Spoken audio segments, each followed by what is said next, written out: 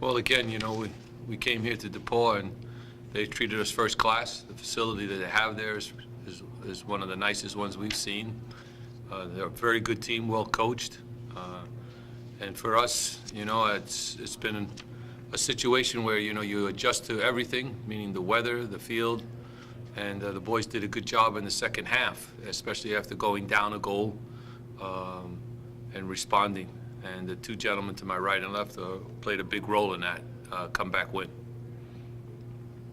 So 2 nights, and we've got 2 new goal scorers in here. What does that say something about your team? Well, I think that,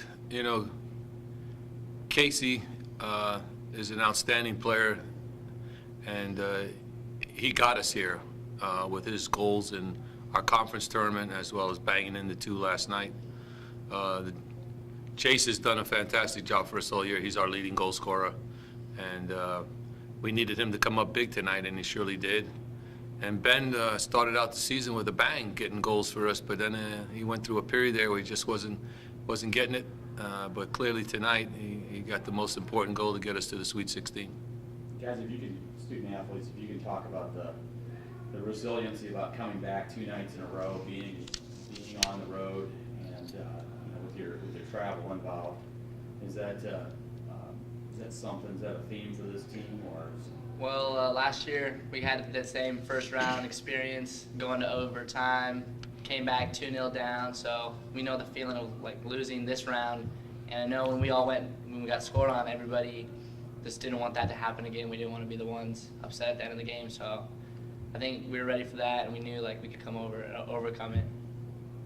Well, I mean, surely we don't like going down a goal. We've liked to pride ourselves on shutouts and getting 0 goals for the other team, but the last 2 games it hasn't happened. But the reality is we've had this we can't lose mentality, when to move on mentality for so long that it's caused a lot of self-belief, and I think that just grows with every game, and with every larger setback we come back even stronger. I think tonight showed that for sure. You talked a little bit about what set up your goals from today. Well, mine was a throw. I got it off a throw-in. I just kind of let the ball run. I was thinking about hitting it first time, but then I realized all the defenders were there, so just cut it and then shot in your post. Isaac Bogart has been serving great balls in all season, and again, he just keeps getting better and better. Last night he got 2 assists, he gets another one tonight. After last night's game, DePauw definitely scouted, and they had Casey pretty marked up tight. And right before the ball came in, Zan Knox behind me just said, "This one's yours," and I was able to get up and finally get one for the first time in a long time. So credit to Isaac, credit to the guys around me who were able to shuffle guys around a little bit, and then just happy to get the winner. Coach, your thoughts about moving on to the round of 16?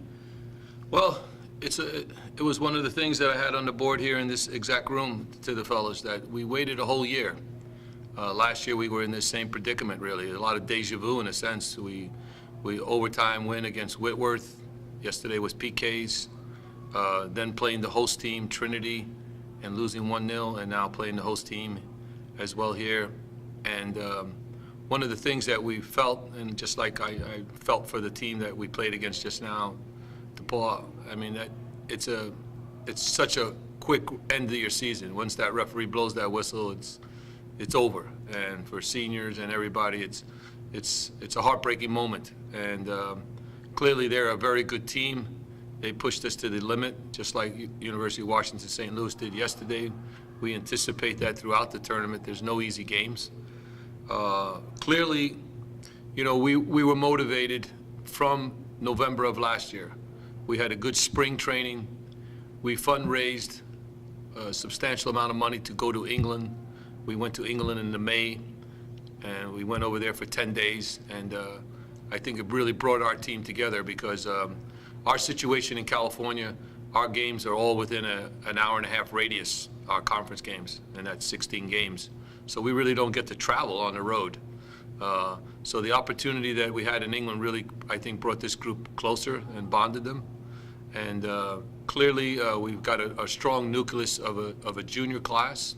on this group. And I have to take my hats off to these young men because I think they buy into what I'm selling. And more importantly, I think that in this road to the Final Four is our dream. And I'm sure it's the dream of every team when they were announced the pairings last Monday. But it's nice to still have the dream alive. And we'll go back to sunny California, get some training in. And I'm assuming that tomorrow we'll be going to the Windy City in Chicago to play the #1 seed in the tournament. Do you feel like a trip like this even prepares you for the next 2 rounds? Yeah, I experienced that in my second year at Redlands in '07. We had a trip where we played a Wednesday game home against Santa Cruz. We flew on Thursday to play the team that had to bye, Emory, on Saturday. Flew back to California, and then we flew to North Carolina, and we played Virginia Wesleyan won, and then we got to the Elite Eight, and we played Loras, who went to the final, and we lost at the Elite Eight. So, you know, the boys are getting a little experience of what the professional life is like. You know, it seems glorious and glamorous, but it's, you know, getting on a flight tonight, getting home at 1 o'clock into our beds, and then training a couple of days, and then getting back on a plane and doing it all over again.